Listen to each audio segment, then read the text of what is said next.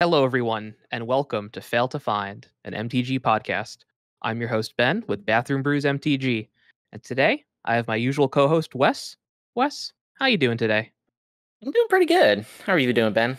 Living the dream, just getting ready for my wedding planning, or finishing up my last-minute wedding planning.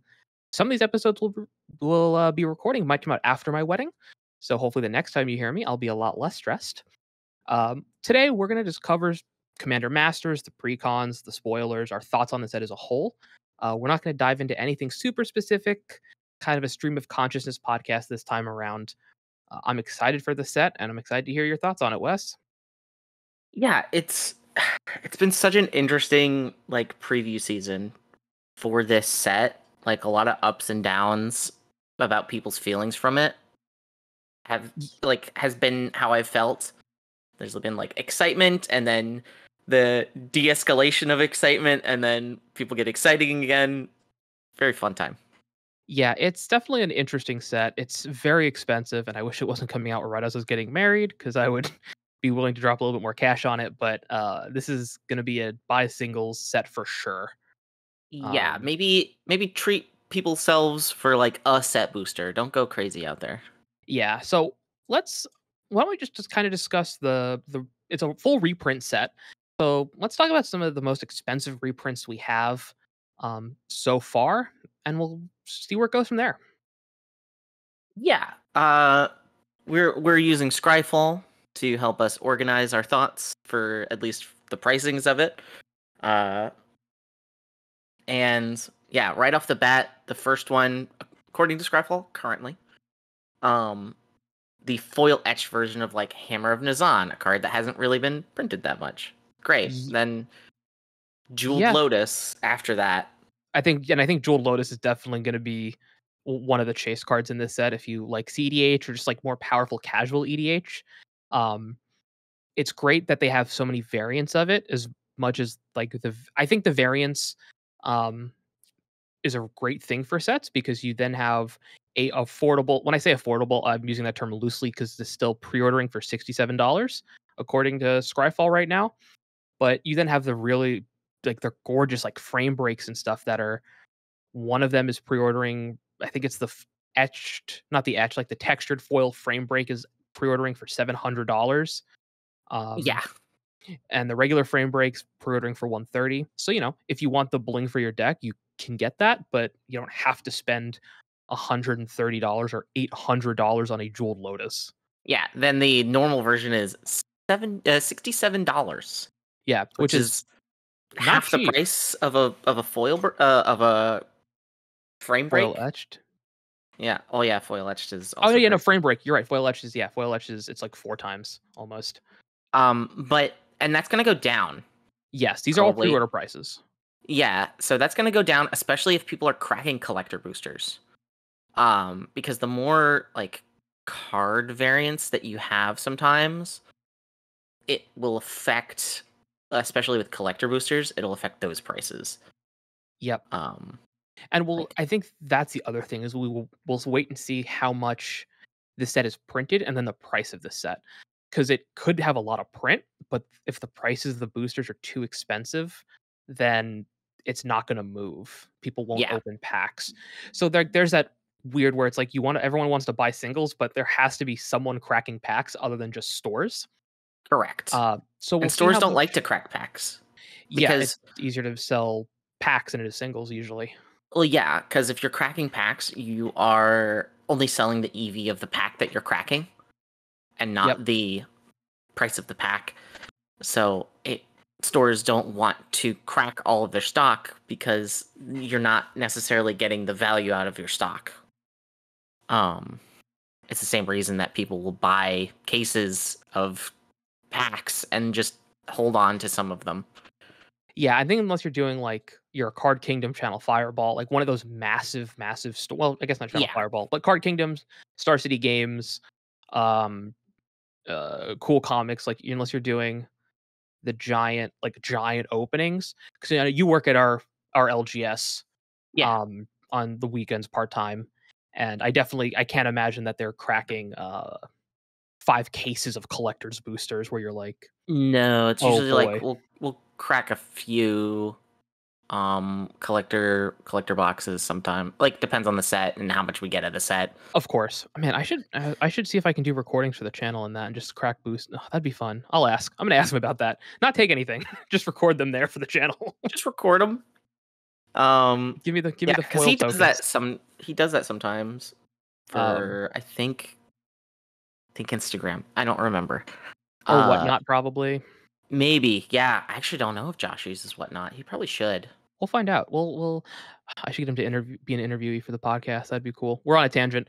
This is what happens when you don't Yeah. have show notes and you're doing a stream of consciousness podcast because you've been Yeah. too busy to set up notes. We're chilling, we're Um, vibing, we're we're getting you de-stress. we're vibing. We're having a good time. Doubling Season is another great reprint I'm excited for. Yeah, it's a card I've cracked. It's fun. So this is a card I think I've owned and sold more than any other mythic. Yes, and somehow it's still like $60+. Yeah, I opened a foil double masters one of like the borderless and sold it. I traded for one. This is a card that I have strong feelings about this card. I It's think oh, you go. hilarious. I was gonna say this card has actually followed me like I don't know because this started Ravnica City of Guild, so this is before I started playing. Was when it first came Yeah. out, and then Modern Masters, and then Battle Bond, and then things like that. Ugh.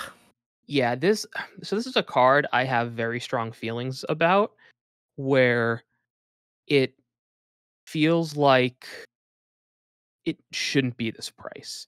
So part of me is it is like obviously a very powerful card, but it at least when I've played it or played against it, I never feel like it's worth the price tag, even in like super friends decks. Yeah, because it's so weird because it's in this category of like 5 mana game ender enchantments, but the problem with 5 ender game like 5 mana game ender like enchantments is that you need a follow up, so they're not actually 5 mana. They're 5 mana plus whatever mana you need to cast the next thing.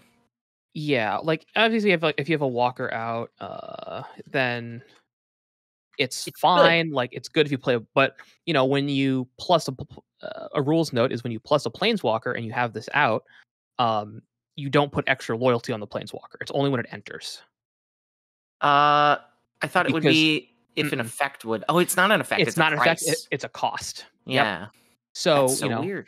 yep, that's a thing that a lot of people goof on, where it's like, oh, okay, cool, I'm plussing it so I get two. It's like, nope, you only get the one because it's a cost, not an effect.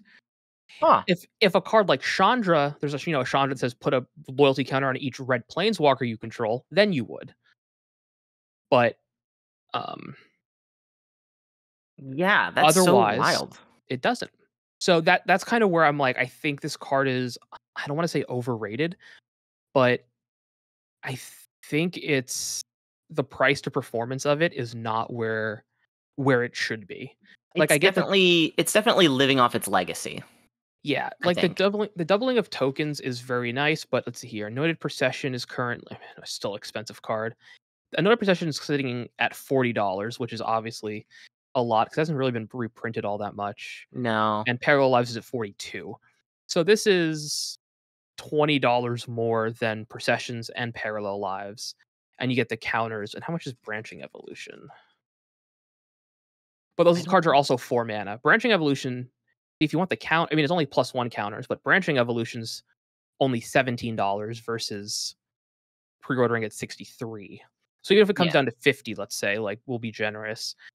Depending on the deck, I think there are better Uh, cards than this. yeah, the best thing you want for doubling season is if your deck, specifically if you're doing, I guess, planeswalker shenanigans, like Yep. sure go for it. And you're in green, which is also kind of a hard ask sometimes for planeswalker decks. Just because there's not like crazy green planeswalkers for Y- commander. You go into green for doubling season evolution sage. Yeah. I think are the two cards that And your land ramp. Oh, and I guess yeah. Oath of Nissa. Not Oath of Well, have Nissa. Yeah, Oath of Oath of Nissa. Nissa. Yeah, yeah. Yeah, Um, and something to keep in mind with doubling season is you want to be uh using it to you want this effect if you're making more than one token or putting more than one counter on a thing. Yes. Because if your entire deck is only making one token or one counter, then cards like Hardened Scales or any of the Hardened Scales variants for the Just better. counters will be better and more will be cheaper, both like both price wise and mana value wise. And if Like, you're making just one token, it's not. I don't think it's worth it to pay the 5 mana to be like, oh cool, my Raise the Alarms now makes 2/1/1s. It's like yeah.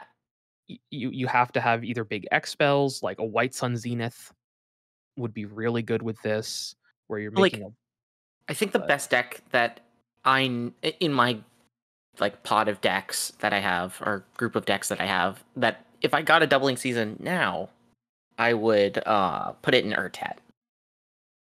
Just yeah.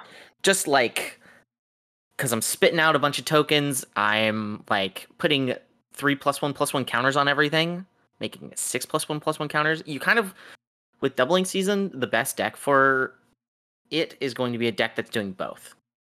If you're Yes. not doing both, you can probably get this effect for a cheaper wallet price. Yep. So like Uh, for best Soul Nurturer, I had doubling season in that deck, but she only gets one counter and per no matter how many tokens enter. So there yeah, wasn't well, I could make a bigger board. I could just throw Hardened Scales in for 1 mana, get the same amount of counters. I lose out on some token, sure, but the deck is usually only making one token at a time anyways. So there's no need for doubling season in that deck. yeah. And that's something that I think a lot of people don't think about is they go for what is the like best version of a card, but not what is the best version for your deck. Yes. And also it's important to point out that doubling season doesn't double experience counters or infect. Yes, because those didn't exist yet. Yep. Because it's on a permanent, not on a player or permanent. Yeah. So there's the white card. I can never remember how to pronounce her name.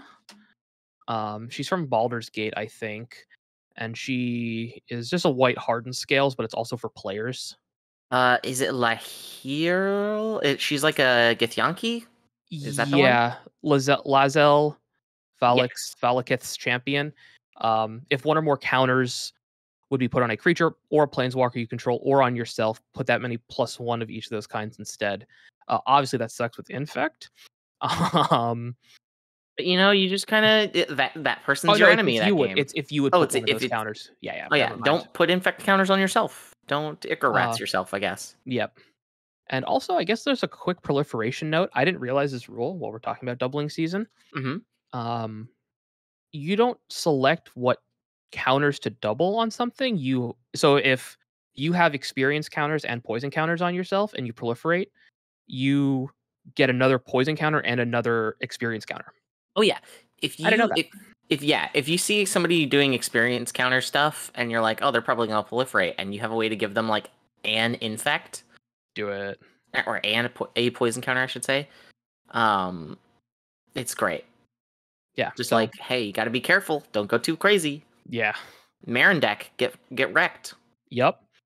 The next card is one of the sliver precon cards, the face card. So I'm not really We'll go over the precon stuff. in a little bit. Yeah. Yeah. Archfiend of Despair is a great reprint. Yep. It's Only been pre-order printed price. once. Reprint. Yeah. Sorry, pre-order price. It's a bit higher than the current old price, but I'm sure that'll go down. Yeah. Um, I could also have. Yeah, I don't know where they're pulling prices from, so it's possible that just wherever they're pulling from is showing up higher. Um, Archfiend's a great card. It's one of those cards I've had for a while. Like I've had on and off, and every time I try to use it, I end up selling it because I'm just like, man, it's just not doing it for me. But it's probably just the types of decks that I'm playing them in. Yeah, Um, it's best in like a reanimator deck.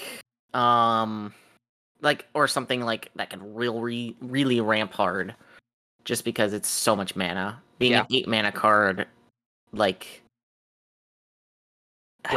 Rakdos loves it because it's you can get it down to 2 black for a 6/6 flyer.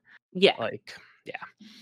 Um, the next one I'm actually really excited for. Not because I want to see it in games, but it shouldn't be expensive as it was. Is the capture of Jing Zhao? Uh, Yes. just first reprint since a Judge card. So the Portals 3 Kingdoms version is 350.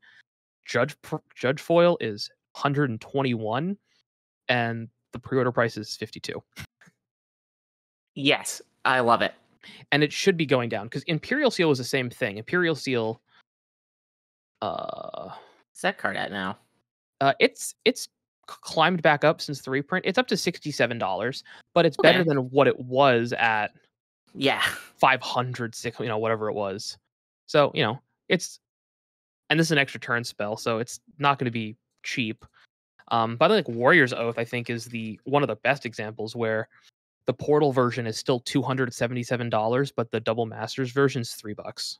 Yeah, I'm a big proponent of uh reprinting a card. The old card will probably maintain its value. It's like to some degree.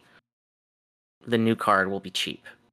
Yep. And I think that Magic is kind of weirdly settling into that. I don't know Yeah. if that's always been the case, but that No. It. it's something that feels like the case now, where it's just like, well, this old thing is going to keep its price, and the new thing is going to be a cheap version. And like, Yeah. perfect. That's why if I'm buying like an expensive card that I think might get reprinted, um, I if there's only like 2 or 3 printings of it, either the original or something from like a Modern Masters, I'll always go with the original printing, even if it's a bit more, just because those tend to hold a value. I'm not doing it for financial reasons. It's literally just, oh, it's $3 more, and if it gets reprinted, this one might just keep it if I need to trade it later or something. So Yeah, you're something to doing keep in mind. that to be efficient with your money, not. Yeah, it's just yeah, I just don't like losing value like that. But I mean, I would rather my entire collection be worth $5 and the game be playable for everyone. Yes. You know, it's More Magic. $5 cards. That's what I say.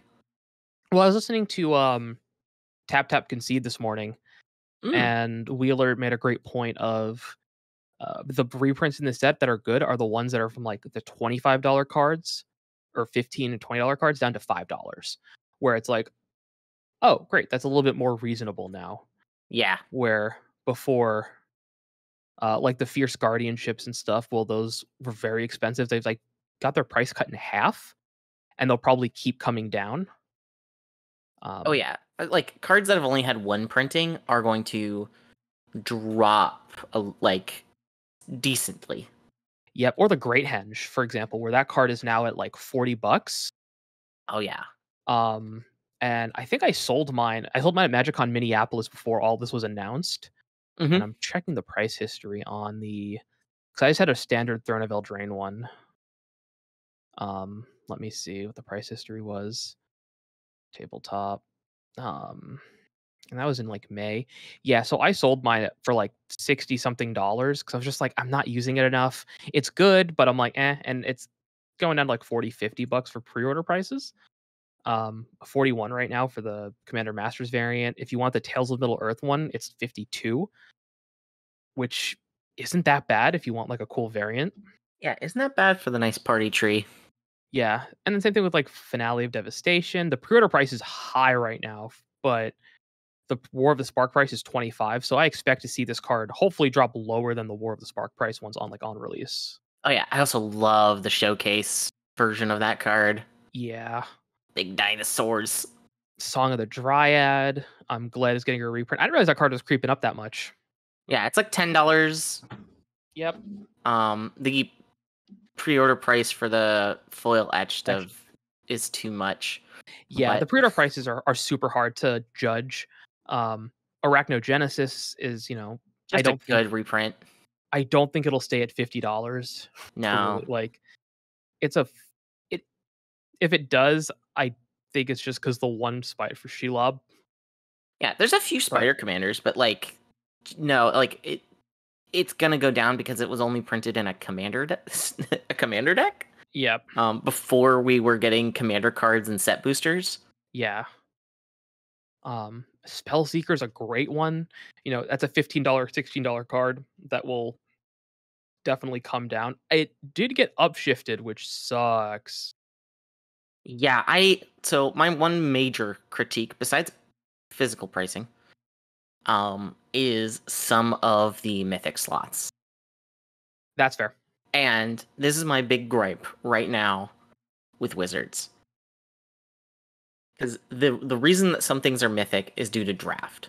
But they have already shown that they are willing to change the rarity of things depending on what pack they're in.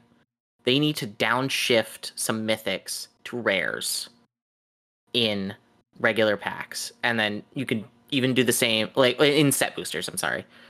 Like from draft to set booster. You can change rarity that way, and this will make so many more people happy, so many more people just buying product. Because Yeah. nobody wants to buy a let me go over to the page that has all the rares. Nobody wants to buy a collector's booster and have, what is it, braids conjurer adept be a rare in their pack. Yeah, or Stitcher Gerolf. Like, great, Yeah, cool. Like, I hate this. like it's for limited, great, fantastic, awesome. It make game balance happen. Nobody's mad about that. Or like Nahiri the Lithomancer. I guess you want all those planeswalkers to be rare that cycle anyway. Yeah. So there's definitely like Smothering Tithe up to Mythic is also like, what the hell? It's a bummer. Um, yeah, like, and I don't think for draft purposes it'd be, well, I guess it's Commander Draft, right? So yeah, Yeah. I don't disagree with having, it might be confusing to have different rarities, like at different cards at different rarities based on the pack. But I mean, they did that with Urtet, didn't they? They specifically did that with Urtet. Yeah, they changed his whether he was a rare or a mythic, depending on whether he was in a set booster or collector. Yeah. And So yeah, it was just one of those things which made it to where um his showcase version his was borderless is cheaper. yeah. Yeah, his borderless version 66 cents. Yes.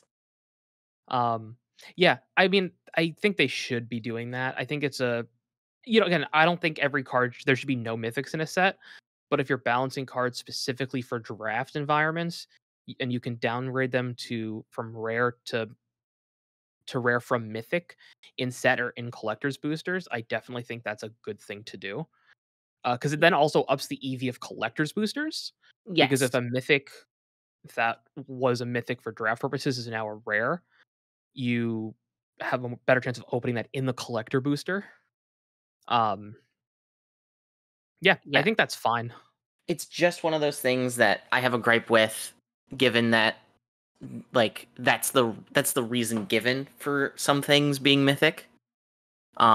Because of draft environment. Because you don't want I don't know. There's some cards you don't want in a draft environment just showing up all the time. That's why like mythic, Yeah. rare, uncommon, and common exist. Well, they should. I think the biggest thing they should do with that is for land. Okay, where you have the rare lands in my brain, our little bot goofed. The rare land should be in should be downshifted to uncommon and set in collector boosters Yes. for a set. So Uh, easy. that way they're not prohibitively expensive for standard players. I don't know how you handle that on arena. I think you I think that's for where it's arena tough. is its own beast. Yeah, but I think in sets like this, they should be changing rarities to, and it doesn't have to be on every card. I don't want every rare to be a common. Like, I'm not a No. moron. Um, but I think having certain mythics come down to rare is fine. Yeah. Like, Sorry to go on that tangent. no, it's a good one to have. Um, Um, the cycle, there are like two cycles I'm really excited for in this set. It's the free spell cycle, which yeah. I think was a mistake to print to begin with. However, we have it now. So actually three cycles. Um, all of those prices are starting to come down where they're still like 30-40 bucks, but they're not as bad. Yeah, it's a cycle that should go down specifically because it's only for our format. So Yep. having them being printed more than once, and actually printed in a set will hopefully mean they just go down significantly. Yeah, Considering like Fierce Guardianship is 30 something dollars now, when I remember it being like 50. 60. Yeah, it was a lot.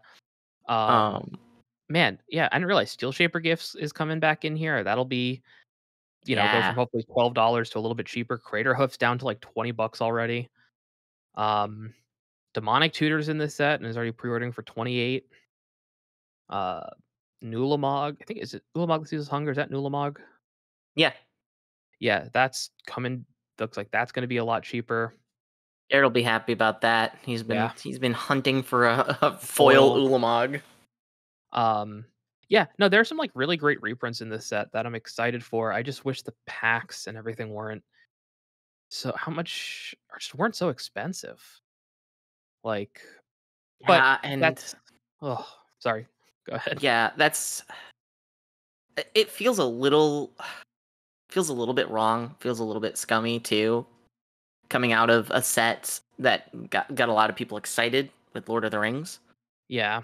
Um, and so you've got like this whole new audience, but now you have the next thing coming out being even somehow just as or more expensive than the Lord of the Rings set, Yep.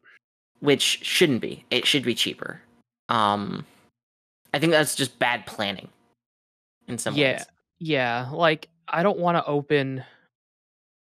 uh, I don't want to open Seraph Sky's Blade as my rare in a No. pack where I've opened Core 20. Yeah, she's I didn't realize she was like $3, but it's like, oh, that feels crappy when you look at how much I'm gonna just check TCG player.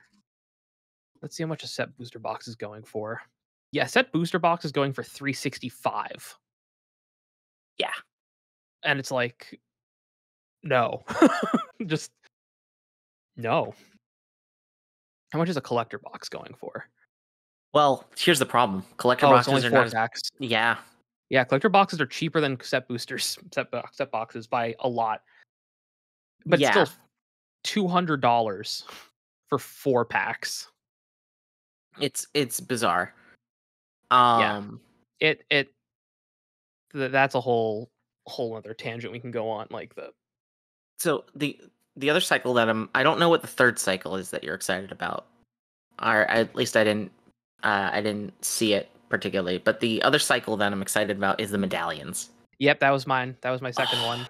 I love the medallions. They're good to have, like, they shouldn't be as expensive as they are, but they're just good in 1 color. Honestly, sometimes 2 color decks depending. Yeah, Like, I do you if have a you've lot of got a 1 color? primary color in your two color deck, hell, if you have a primary color and a three color deck, like the red medallion in a like goblin red focus deck, but you're like splashing some other colors to do some cool stuff. Um, it's great. Yeah, they're good in artifact decks too, if you can make copies of them. So I kinda want the Oh, teamer ones for my, Gimbal deck because I can make token copies of artefacts. I So didn't if I even put think all about 3 in that. that, I can just, like, start cloning those so I can reduce spells, like, even more, which would just be kinda cute. Ooh, a reprint that I didn't even think about, but I'm happy is getting a reprint because it's only been printed in Mirrodin was Extraplanar Lens. Oh, That's yeah, another that's right. That's another good like it's a mythic, which is a bummer. That's a sad upshift. Um but it's just a good one to have, especially for monocolor decks that are you're going to be running your medallion in, or Yep. a cheeky one is in your colorless decks if you're running wastes. Uh Oh, Nobody it's the else is same going to be name. running wastes. Yep. If you wanna be extra cheeky, if you're playing an Orvar deck, and you put a oh, wait, that it's imprint. Oh, Yeah. wait, you may exile target land you control. Never mind. Yeah, so with Orvar, if you make a copy of a land like a Lotus land, and you extraplanar lens it, you have token copies of all the lands. Like if you get rid of the original, so then literally no one can add mana because there's only one of them, and you have a bunch of token copies of it. So, because it just says land with the same name. So if you can make copies of your non-basic lands and put Yeah, an extra planar lens, you can do some shenanigans with that. it's so weird. Yeah. Or Uh, if oh my god. So another weird one is if you have, because we just had in Brothers War, like you make the Dryad Arbor tokens. I don't know how imprint works with a token, actually, now that I think about it. you the I don't think you can imprint a token. Interesting. Let me check the rules on that. Uh, how does it? Like, I guess worst case It's a scenario. card. So the reminder text is the removed card, and tokens aren't considered cards. Okay, so you need a real Dryad Arbor. But if you have a Dryad Arbor on the board and you do an Awake in the Woods, that's also a fun one, I guess. Yep. Hold on. I'm checking. I want to see Or no, they're not Dryad Arbors, they're Forest Dryad lands. Never mind. Ew. Can't be done then. if you. How does it work if you copy when you? How does imprint work with doubling ETBs, or is it as it enters? When it enters. It's super weird sometimes. I'm checking the ruling because I feel like it's if a card linked to the abilities refers to a It's also single object, hard the to. exiled card, a card exiled with this. Sorry, go. I was gonna say it's also hard. It's harder to double copy an artifact ETBing. Like, Yeah, I mean there are ways. Yes, I but think you get both. I think you get whatever mm, if you copy it. I think you get both. yeah, Right? Yeah, if it's paired. So if the answers are used to determine the value of a variable, the sum of the answer is used. If the ability performs any actions of on the exiled card, it performs that exiled action on each card. Yeah. So, but like in a landfall deck, you could have this copy um yeah. If you're two doing different like a lands. yeah, if you're doing like a green, like theoretically, I could run it in Yarok, um, and have it take a swamp and a forest. Yep. Or if you're Um, like in a Elishnorn March of the Mother of Machines, you could have it if you have like snow lands and non-snow lands, you could get both. I don't yeah, know why you would do that, but you could. Um, you could. and it's target lands you control. Yeah, you exile the target land you Yeah. control, but then whenever a land of the same name, as the exile card is tapped, its controller adds 1 mana of that type. So you have to be careful, and it's better when your lands are more narrow. That's why I like waste or snow lands. It's really good. Yep. And what's the Otherwise, you're potentially helping your friends. But you're helping your friends. yeah? There's a card. What is it? It's um all forests and all saplings are 1/1 green. Yeah, like you could maybe do some life and limb shenanigans. Yeah, Actually, I kind of so this is going to be a real stupid way of doing this. Um, but if you have any of the cards that say you can have multiple copies of these, like no, like Relentless Rats, Rat Colony, um, make them a land first. clerics, yeah, the Shadowborn Apostles and uh, Persistent Petitioners. If you can make any of them into lands using like a Shia Soul of the Wilds in this, you could, in theory, make all of your mana dork, all of them like tap for more, which is just kind of funny. That's super weird. It'd be fun to do. I don't think it's good, but you can. Oh my god. Oh, so can we talk about the Richard Kane Ferguson cards in this set Oh and my god, how fucking beautiful they are? they're gorgeous. Sorry, excuse my language, No, it's YouTube. fine. This is more Don't for hurt Ben. Spotify. It's been long enough. We're not gonna get demonetized. That would require me to be monetized, baby. Um, Hey. yeah, Richard Kate Ferguson art in the set is what I like to call absolutely cracked. Yeah, let me just look at all the cards. So he has 4 in the set. He has Factor Fiction, Pure Steel. I'll send this list to you, Wes. Yeah, no, I pulled them That up. Factor Fiction, Pure Steel Paladin, Grand Abolisher, and Darksteel Mutation, and I want all of them. I want that Pure Steel Paladin so much. Oh, wait, hold on. I want to check something. I know I can artist search. Also, he's a super chill guy. I met him at MagicCon Minneapolis. Absolutely just great human being. Yeah, had I known he was going to be there, and that you were going, I would have sent you with my Decon. Yeah, had I thought about that, I would have definitely got that sign for you. I just did not think about that till after I was gone. Man, I was really hoping to have a Richard Kane Ferg. Oh wait, I don't want first printing. I want. Is there a unique? There No. are 89 roughly 89 cards with Richard Kane Ferguson art. Yeah, I will. There's like some duplicates. I think maybe not. Let me. I can Legal and almost do it. Richard Kane Ferguson deck would be sick. Here we go. So there are 82 cards that are legal in Commander. Oh, I didn't know that the Con Blackblade had a left-handed card. Not that I'd use it because I like the original art so much. Yeah, it does, which is funny. Yeah, no, you could 82 cards. Any 5-colored ones? Could we make a No, no 5-color. Decon is Ooh, the creature. Well, he's got a few 3-color things, but Decon is probably your best bet. Dakan or Maybe Hazan Marchesa. Tamar? Time to buy that Hazan off our friend. Um He already sold it. oh, Punk. I mean, it's an expensive card. I don't actually want to buy that. Yeah. I need to put a Corlash in my mono black deck. But yeah, the Richard Kane Ferguson art is as always just Oh, purely gorgeous, just absolutely stunning. I And the want Rebecca that. Gay lands too are just mwah, Yeah. The chef's Grand kiss. Abolisher and the Pure Steel, I want so bad to just put in the Decon deck so I can just be like, gaze upon this Richard Kane Ferguson art. Yeah, his art has always been really What was the really good. third cycle that you were excited about? Oh, the Battle Bond lands. Oh, yeah. Those are getting reprinted, which is great. I am sad that those are like the only like exciting lands in this set. They're not even exciting. They just need to be printed more. Yeah, it exciting is a strong term, I guess. You are correct. Um it's just like, oh, those are okay, those are the lands. Cool. Yeah, they're expensive. I thankfully have a bunch of them, but they're just getting so expensive because these are the ones originally printed in Commander Legends. So this is the old cycle because the Battle Bond lands were just reprinted in Baldur's Gate.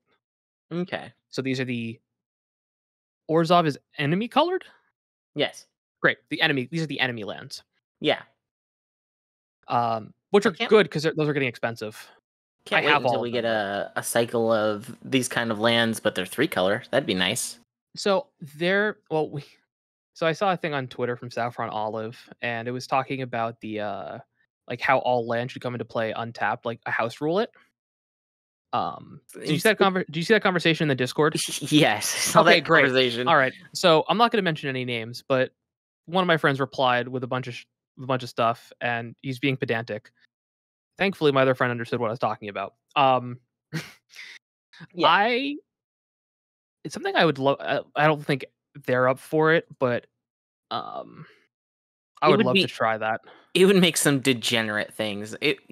Oh, I meant just like like any of the common dual lands that ETB like other than like bounce lands, so like gain lands, or anything like that can come into play untapped. Yeah, I think Well, it's a what's fun idea, like a fun thought experiment. But I but think what what's ends up happening is, like, I guess domain decks actually become real. but what's the difference of that between me running all of my shocks, my checks, my battle bond lands? Like You're not wrong. I have expensive mana, right? Yeah. I think I have the best mana bases of any of our friend. If I especially if I proxied all of my lands in every deck, I would have bar none the best mana bases of anyone in our group. Oh yeah. I think like 100%. So this doesn't help me, No, right? Like no, I already no. have the expensive lands, but I think it's something to think about where, oh, we're playing a lower power deck. Cool. Let's put in these tap land. I want to play a 5-color deck, but I also don't want to have a bunch of tap lands. But I also Yeah. don't want to spend all my money on battle bond lands, shock lands, um, you don't need shocks and fetches and stuff, but they're helpful. Like Yeah. they so I think Well, it's an interesting idea, but they should be printing commander only lands that, it's a triome that, or like a fetch land that will fetch a land untapped if if you have more than two opponents, like whatever the battle bond lands are. honestly, So like so fetch lands that do that, where they come into play tapped unless this, and then the land comes into play tapped unless this. yeah, there's stuff like that that would be fantastic. I also like the idea of, because in Commander, like, the life amounts don't matter as much. Like, so a shock land means less in Commander as like the price of it. Yep. Um, so a part of me, like, instead of having like more egregious shock lands, let's do a land that gives your opponent life or something like that. I Like, mean, they I'm have okay with some of that. those. Um, Well, well, I just mean like have this come in untapped, give them 5 life, give give an opponent 5 life. or give each opponent 2 life or something. I mean, yeah, Even like stuff th like that, like yeah, stuff that is egregiously not playable in other formats, I think having the restriction of more than 1 player, I think is how you want how is the is easiest. I think it's the cleanest, and Yeah. I think it's the way that lands won't get broken, because if you have I like your idea, but Yeah. if it's a land that can be fetched and you can have a way of you have a way around that gain life trigger, or you're playing legacy or something where, I mean, you have Or Painted original duels. Remedy or something. Yeah, I mean, you have original duels, so it probably won't see play in actual legacy, but there could be a situation where you want them to gain life, or the life gain doesn't matter and you just need another untapped land. Yeah, it's more one of those things I'm like, I want to figure out a way to have the potential for lands for us, but that could be printed in not just commander sets. That's the only thing that like bums me out sometimes. I mean, I think a lot of the standard lands are really good in Commander. The fast lands are fine. Like, I don't, if you open them, great. If you, I don't say go out Yeah. and buy them. I have a Copperline Gorge in a couple decks because I bought a playset up for Pioneer. I also think Um, pain lands are great, Pain just in lands general. are, so I think my favorite budget lands, um, at rare, because Snarl should be uncommon. Um, I think pain lands should be uncommon. yeah, that's tough. They're an untapped duel. It's my only reason where I'm like, I think Situational duel. temples can be uncommon though. Um, Yes, especially now. yeah, but like Painlands, the um, the temples are, I think, fine. Like they're not great, but you No. scry. They're a tap land, but Painlands, scry lands, the buddy lands, the ones that check for a land type, I think are absolutely fine. Um, there's one other cycle. The where you need two or more of a basic land. You need two or more basic Oh, lands. Tango? Tango lands. They need to finish that cycle. Um, and Tango lands, I think, are all like great budget options, but it sucks when you don't have Tango lands in Demir. Yeah. Wait, no, you do. You don't have Ally. Wait, hold on. What There's Tango lands don't you have? Because you definitely have the Demir one. Um, yeah, no, you have. So we're missing. We have Selesnya, Gruul, Rakdos, Demir, and Azorius. So we're missing the oh, enemy colored ones, yeah. I think. Any other oh man. But sorry, What are the other things? super Oh, tangent. what's your opinion on the legendary showcase style for Commander Masters? All right, The like this might be a steaming hot take. okay. It is, for the most part, my least favorite showcase frame. Your least favorite? Mhm. The What? profiles are, I think, are I said it was a hot take. I it is, I think, my least favorite showcase frame in recent memory. So I actually really like it. I was gonna say, oh, the hot take is liking it because I've heard so many mixed reactions on it. No, so here's my complaints with it. And I want to be very, very, very clear. I've got a few I complaints, but I I still ap- like it. I appreciate the artwork, and I think the Mm, art itself is gorgeous. I What I don't like is I don't like the lack of shadows. Like, it looks very disorienting to me where it's just the thing with just a matte background, and that might Oh, just be my Unga Bunga brain being like, "Oh, I want okay. colors in the back," but it's I don't like, some of the art is gorgeous, but I don't like the backgrounds of them, which is stupid, I understand that, but that's So just me, like, my only real complaint is that they're all facing the same direction. I actually would like if they had diversity in their profiling. can finally build looking left tribal. Yes, it Uh, has to be an Dragon deck.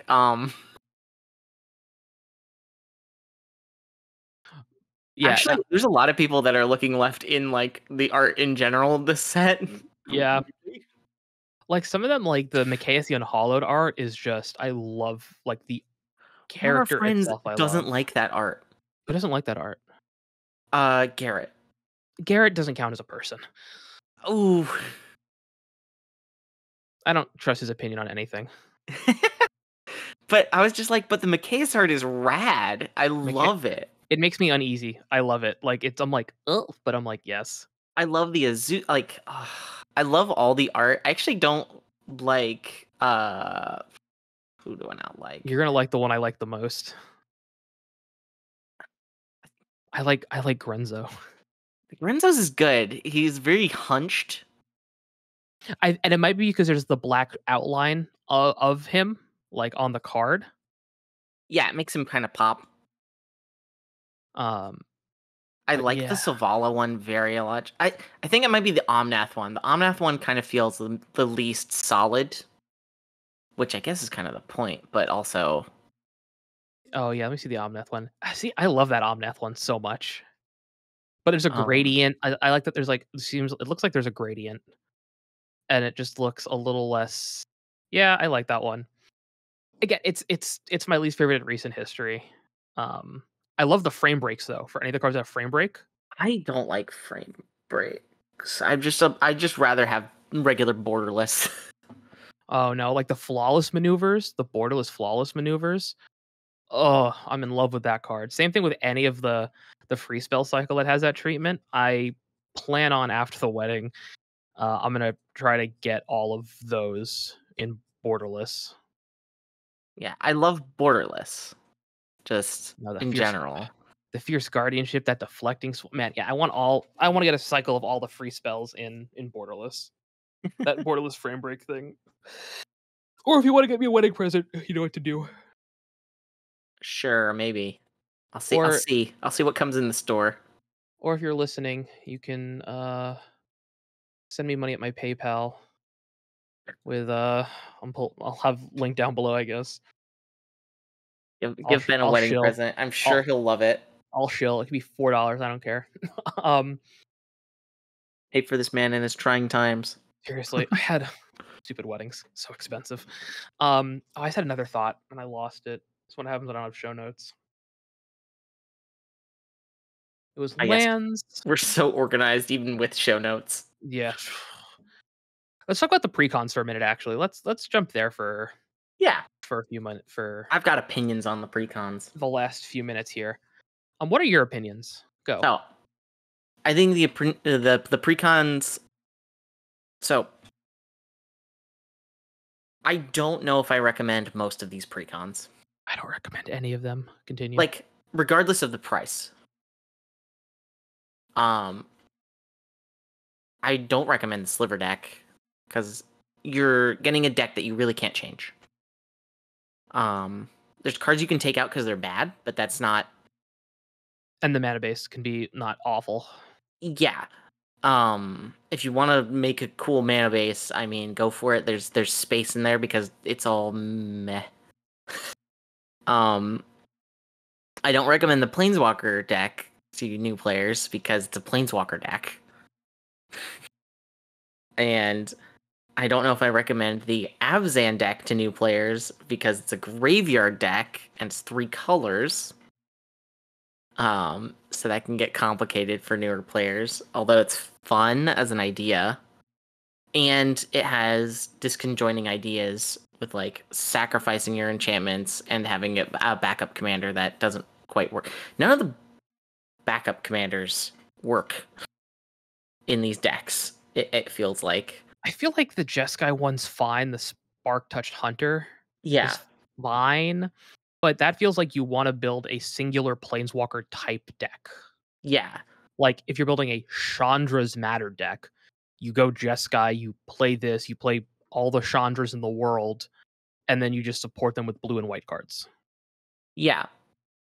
And Or you then build a Jace tribal, a Jace typal deck. But like, yeah, like it doesn't feel like a cohesive. You're like, like, no. and I think the Eldrazi deck is the one I would recommend to new players. But it's also so weird to And it's recommend that to a new player. also there barely any Eldrazi in it. Yeah, it's a colorless deck. It's a colorless deck. It's not an Eldrazi deck. Which I'm fine with. I actually like. Just the name is a little deceiving. Yes. I would take out the secondary commander for that deck and some of the like manifest cards and just go a little bit heavier. And they also didn't reprint Ayavugan in the deck. Yep, and they didn't reprint Sliver Hive in the Sliver deck. So I want you to go check the price of Ayavugan right now. Oh god, do I have one of these? I have Ugin. Oh, it's a myth. Oh god, $40. I haven't clicked yet. So do you know how much it was? 47. Do you know how much it Don't was judge. the Don't judge. like the hour that the deck was spoiled? Let Because me I take a actually know. look. I have Ugin was. I don't know. I'm gonna say it's like $4. 14. Okay, let me check. I'm checking the history right now. Yeah, so it was like 13 to 11, and it went up a little bit, and then it jumped up to 44, and now it's stabilizing at like 40. Oh god, Yeah. I, it's I I warned people in the store chat. I was like, hey, you know what card's gonna go bonkers? Ayavugan. Just if anybody wants to get an Ayavugan, I would recommend you get an Ayavugan. same thing with Sliver Hive. Sliver Hive was literally $13, and it is now it's come back down to 35. Yeah, I've got a few Sliver Hives. Oh, do you actually? Yes, because I just have some, so I could probably Stonks, sell them. straight Um, stonks. I was so pissed about those two things because they're easy slam dunks. Yeah, and even the reprint value in this set is like it's not Bad. bad, but It could be I don't better. know. It So I'm gonna talk more about the Jeskai deck 'cause that's the one I really wanted for a while. I was like, oh, Jeskai Walker seemed really fun. Like Yeah. I so Chandra Awakened Inferno is a Hmm. great reprint because that is an Yep. expensive walker that's just very good in Commander. Yep. Yep. I've I got one. have It's I nice. have one in Neheb. Every deck I play her in, she does a lot of work. A 6 mana walker can't be countered that you immediately put a clock on most games. And she is Legitimately, she is the most feels good planeswalker because no matter what, after you've played her, you've plussed her, you've affected the game. yeah, even after you leave. Elspeth Sun's Champion is another great reprint where that card was getting expensive for a while, and it's been reprinted like a few times now, not Yep. including the 30th anniversary, which I happen to have a foil version of, which is gorgeous. So jealous. I'm gonna flex there real quick. So The I'm so Rebecca friggin' jealous. That was Re- the like the Rebecca Gayard, and that is the chef's kiss. I Um, want that card so much because I can remember watching I think it was Pro Tour. yeah, with the Wh- Abzan control. Yes, and hitting people with sheep, and I just want to hit people with sheep. Um, Chain Veil for the Jeskai deck seems like a good reprint. I'm surprised they reprinted that with it being in Pioneer, but Chain Veil's great. Um, but there's not other than Chandra and Chain Veil. Mangar is a fine reprint. Spark Double is always like it's slowly going up in price. I'm glad I've picked up a couple like while they were cheap back during War of the Spark. It was actually my pre-release promo, and I still have it. Um, yeah, there's just some cards I really like, some walkers that I wish Jace Bellerin. I'm like, all right, that's a fine Jace, I guess. Yeah, Or like Jace Mirror Mage. It's like, why are we printing Jace Mirror Mage in this? Like, th- I don't know. I guess the Johnny Steadfast is actually a really good reprint because that card was climbing up there, and like you'll want one for the deck. yeah. But like Gideon Jora, whatever it is. Yeah, I'm Jura. like that's fine. But I would this might be a weird take for this deck. I would have rather have seen more planeswalkers, but the static ones from War of the Spark, like because I built a version of the deck and I put in Dovin Hand of Control, Kazmina, the Mentor, because I'm like, oh yeah, I can give my stuff ward essentially, and I can tax my opponents with these planeswalkers that I can then put loyalty counters on. Yeah. A Dak Faden, I feel like would have been a slam dunk as a reprint in that deck. God, Um, yeah. I know they could or Teferi Hero of Dominaria, just putting one expensive Teferi in the deck because you're in the colors. Or like, Or Teferi who slows the sunset, like a newer Teferi. well, because even the other thing you could have done, Can't do especially with the blue. secondary commander, is like having it more narrowed down to like a few different types of the same of the same planeswalker. Because imagine if the deck was just like Gideon's, Chandra's, Teferis. Like, and then your secondary commander makes way more sense of just like, does that make any sense? Yeah. Like, I don't know if it's good, but at least like, oh, cool, that's like a Well, cool design deck. and some other cards I think that were a huge miss, and so I'm going to say some cards, and I know why these couldn't be in the deck because they were just printed. So if you're building this deck, get the talents from the March of the Machines set boosters. It's an enchant planeswalker, so there's an Elspeth one that your planeswalker gets +1 and you get 3/1/1s, which is really good on any planeswalker. Yeah, And then whenever you activate a loyalty ability of the enchanted planeswalker, you give your creatures +2/+2 and vigilance till end of turn. So you throw this on one of the walkers that only has a minus.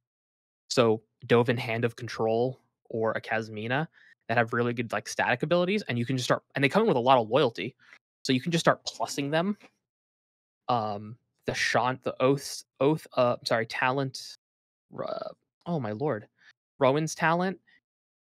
Give target creature gets +2/+0 and gains first strike and trample. You don't care about that, but when you activate a loyalty ability of the Enchanted Walker, copy that ability and choose new targets. Like, or Teferi's talent, it's just a -12. You can use activate planeswalkers at instant speed, yeah. and but whenever you draw a card, put a loyalty counter on the enchanted planeswalker. Which So gets nutty with some planeswalkers, by the way. yeah, So, uh, like, if you get a Jace the Mind Sculptor, oh boy. yep, and I have that in mind because I own a copy of him. So throw Mm-hmm. that on a Jace and brainstorm. So I'm putting three loyalty counters, for a turn, including like my draw step. Yeah. But then if you get to activate it on other people's turns, Yep, if you can get that or Chain Veil and stuff. I feel like there was a lot. I understand why they couldn't put the talents in.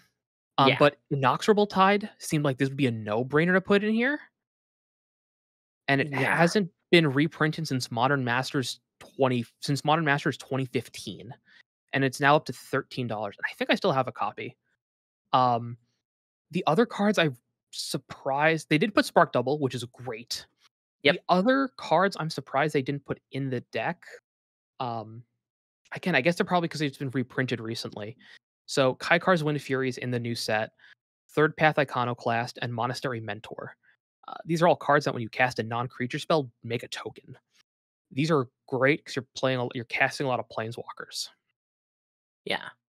There's Ichor Gauntlet is obviously a no-brainer if you can, where you can just zero proliferate. Um, so all your walkers will Ekuthal. proliferate. If Yep, if they've got enough proliferation in the deck, I think Tekuthal is a kind of a slam dunk because yep. it's The one card they could have put in here, and I'm surprised they didn't, was Mila Crafty Companion. yeah, because it's a creature. Like you But get a creature and a planeswalker. It's yeah, great. it's a and it's from Strixhaven, it's 33 cents, so whenever an opponent attacks one or more planeswalkers you control, you put a loyalty counter on each other planeswalker you control. Yeah. Um, and then whenever a permanent you control becomes a target of spell or an ability an opponent's control, you may draw a card. You care more about that first part where it's you get to buff your other planeswalkers, and it prevents people from chipping in for like 1 damage. If you have 3 walkers out and they chip in for 1 on 1 planeswalker, you get 3 loyalty essentially. Yeah. Uh, some cards to be careful of, Resourceful Defense, because when your Planeswalker dies, it has no loyalty counters. So Yep. unless you plan on using Resourceful Defense to just move all the loyalty counters, don't. Yeah. It's a very weird one. Yep. I guess you And could, because how is resourceful defense worded? whenever a permanent leaves the battlefield, so if you flicker your Planeswalkers, you can put counters. Uh, Um, well, because what you can do is, in response to somebody attacking your planeswalker, you can pay 5 mana and move those counters off of it. that's true. Kill it Yeah. anyway. I don't have So, it in my deck, but that's just me. I think it's probably fine. Honor Worn Shaku was a great include in the precon. I would have never thought of that. yeah, it's a good one. That's a good include. Um, but yeah, I don't know. I'm a little disappointed in this precon. I've got Like, some notes on the other ones. yeah, Uh, give me your notes because I haven't really looked at the other ones. so when I say notes, it's more points because I didn't write these down. So my problem with the Abzan deck. So it's this like recurring creatures, kind of constellation-y. It's full of enchantresses. Good job. I'll say this for at least the Abzan deck and the colorless deck. Good job on the card draw. Great. There's a lot of card draw in both of these decks. As somebody who plays a constellation deck, there are cards missing from this Abzan deck. That aren't expensive. Like none of them are expensive. Like it's great to see Doomwake Giant. God, I actually have to pull up the list to see everything. But there's Nothing to the list. yeah, please send me that list. There you go. Right. Oh, thank you. Just doing a quick glance and making sure I'm not like some great cards that are in the deck. So let's say the good things. I think given that what this deck is doing, it's good to see like Jukai Naturalist, Herald of the Yep. Pantheon, things to make it cleaner.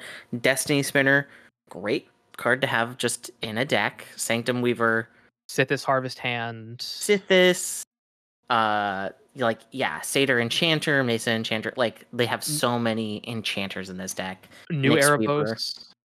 New Erebos, Old um, Heliod. yeah, all good stuff. Some cards that I love as constellation cards that just aren't in the deck are like Underworld Coinsmith, which is just gonna gain you some life and give you a way to just deal some chip damage into people.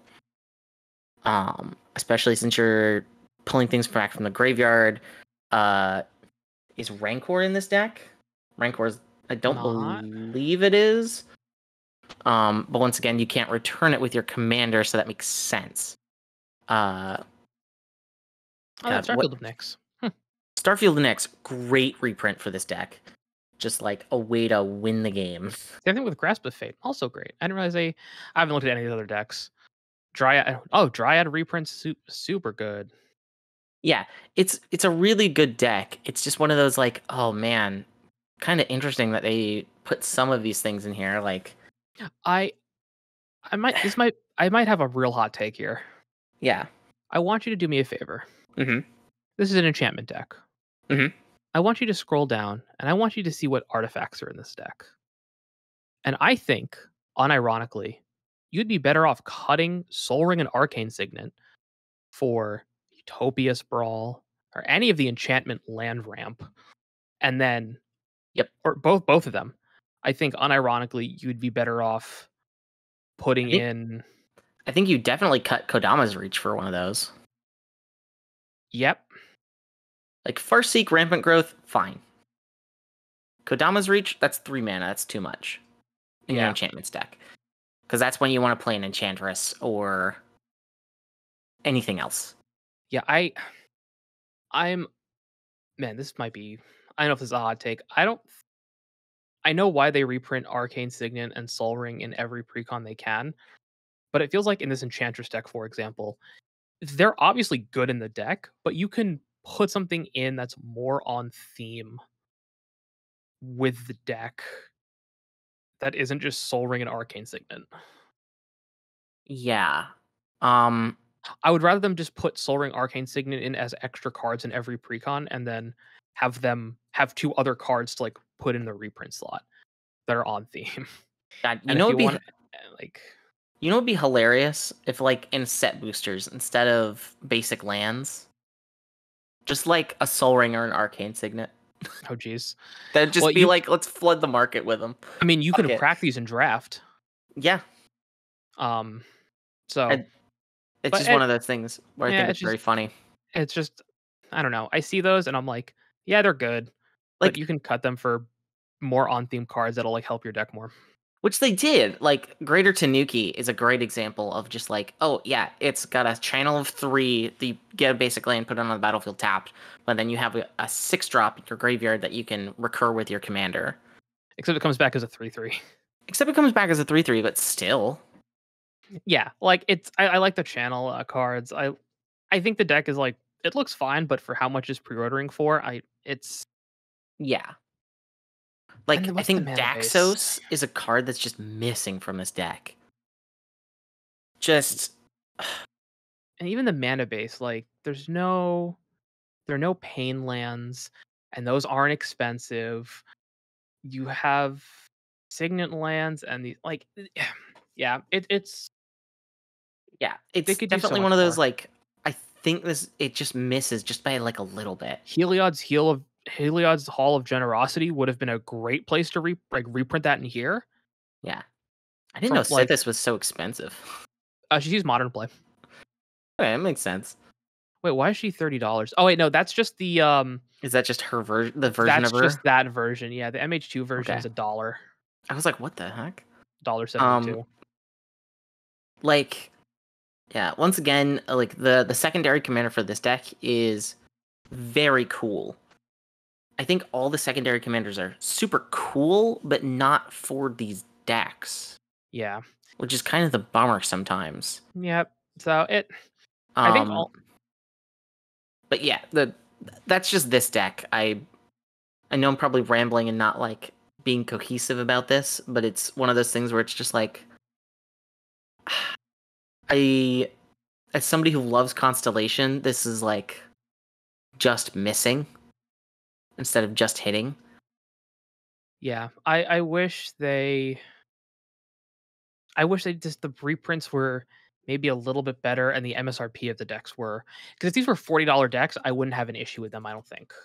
Correct. I think it's the price of them in relation to what's in the decks, and they're just a couple major what feel like whiffs from Wizards where it's like, "Why It's hard to isn't this in the deck?" it's hard to go from the Lord of the Rings decks, which felt, besides the elf deck, um, very well constructed, Yep. and maybe the elf deck just doesn't vibe with anybody I know, but I don't know why. Uh, it's hard to go from those decks to these decks and be like, why are these decks more $30 more. expensive than these decks? Yeah, especially with these mana bases. Like the Lord of the Ring ones had like like not great, but for a deck, I'm not changing the mana base in my deck for my humans deck. I'm like, it's just absolutely like fine mana base. Yeah, But then you get to these and you're like, what is okay, cool, filter lands. Great. Where are the get rid of these snarls, put in pain lands for like love of God. Or the yeah. battle bond lands. Just start reprinting those in every precon and just It's plummet the price of those because those should just go in every single commander deck. it's hilarious that the colorless deck has the best mana base. Like, Yeah.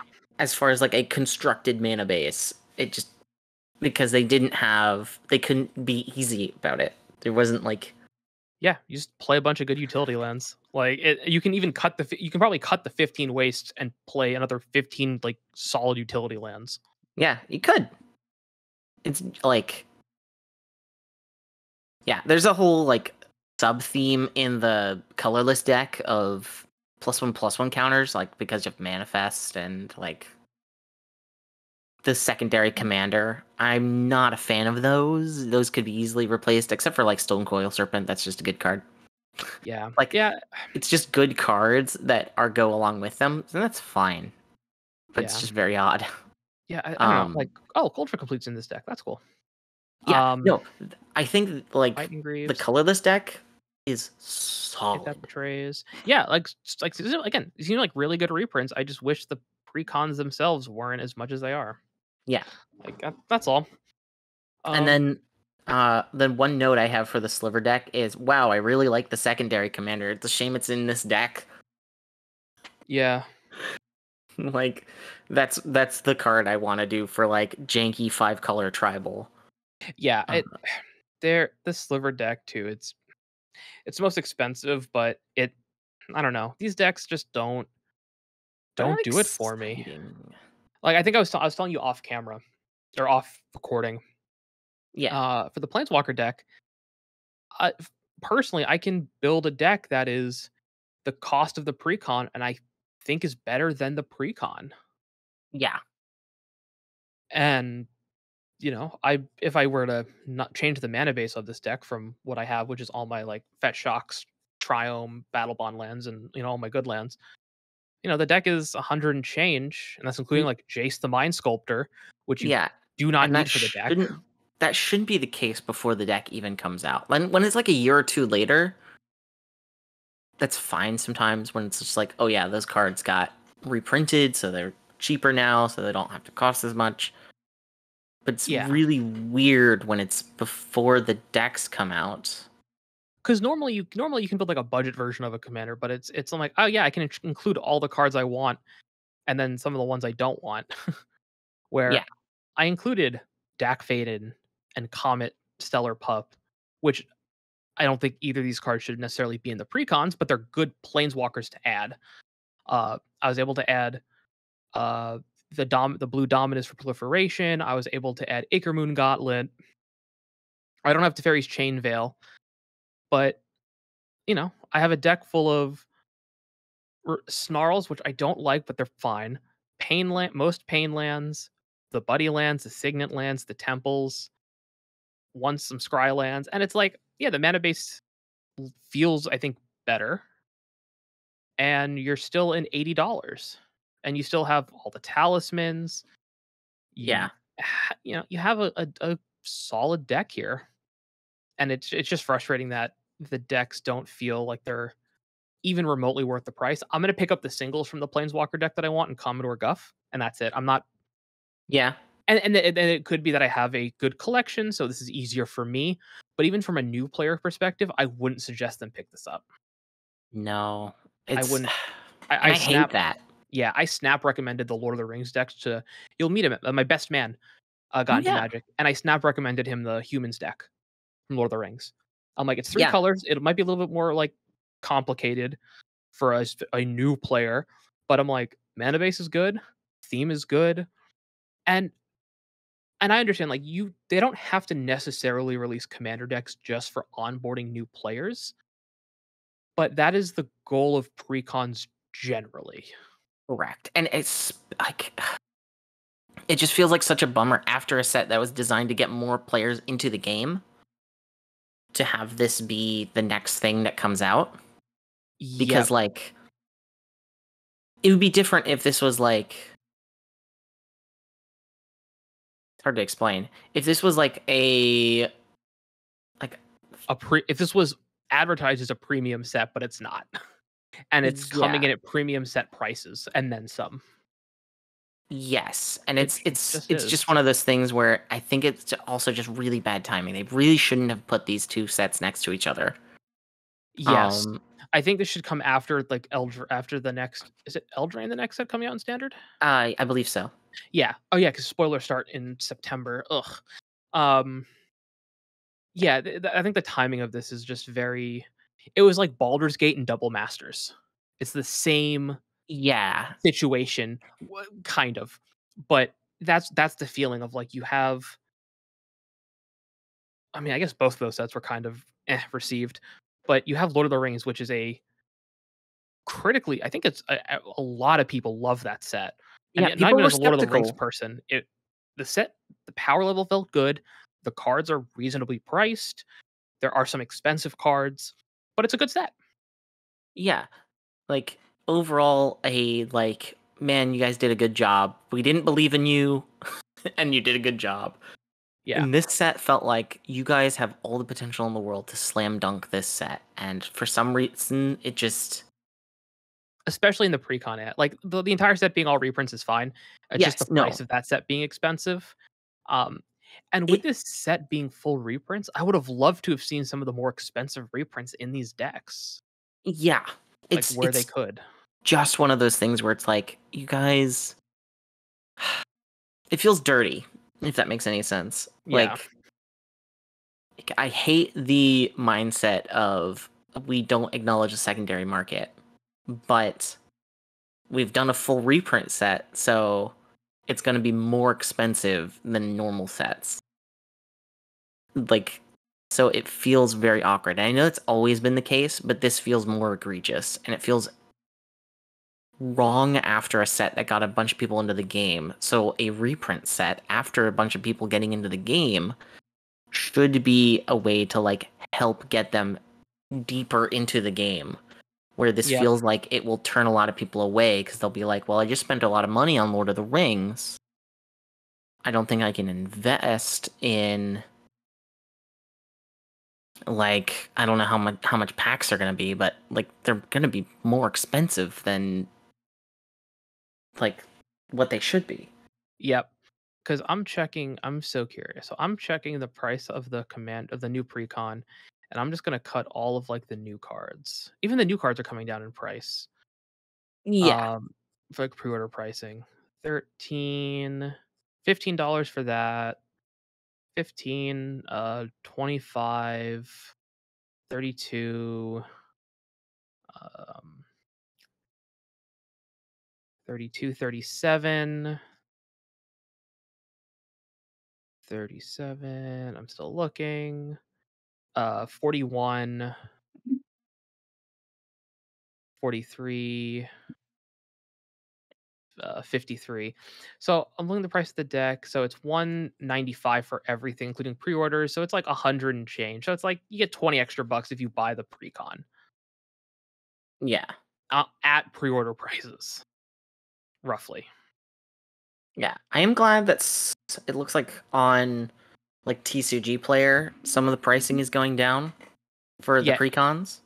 hopefully they will now that they're all spoiled and stuff. So we'll see what happens with it. Like the current pre-order prices for the precons are $150 for the Eldrazi deck, 82 for the enchantments deck, 123 for the sliver deck, and 170 no, not 120 not 174 at $74 for the planeswalker deck. 174 for the Planeswalker deck? No, Really? 74, Oh, not 74. 174. I screwed up my wording, Yeah. So they're which if is they come fine. if they come down to even like 50, $60, I think I'd be more okay with them. Like all of them were like at Honestly, if they were all $60 each, it'd be fine. yeah. It wouldn't But be spectacular. Nobody would be happy about it. this is the one time I'm gonna say maybe go to Target, like go to a big box store. It's Like just, I it's hate just, saying I that because I don't. want to support my LGS, but Yeah, it's hard to justify them. Like if they're selling them at this price and you can get them at a bit Target for $60, like which go is on distributors and thus Wizards of the Coast. yeah, Like, I blame them yep. because the pricings that your local LGS like has to deal with is from Wizards. It's based on the supply, how much it costs to get it from a distributor, and Yeah, they're not getting these for $10. I'll tell you that much. yeah. So it's one of those things where MSRP was supposed like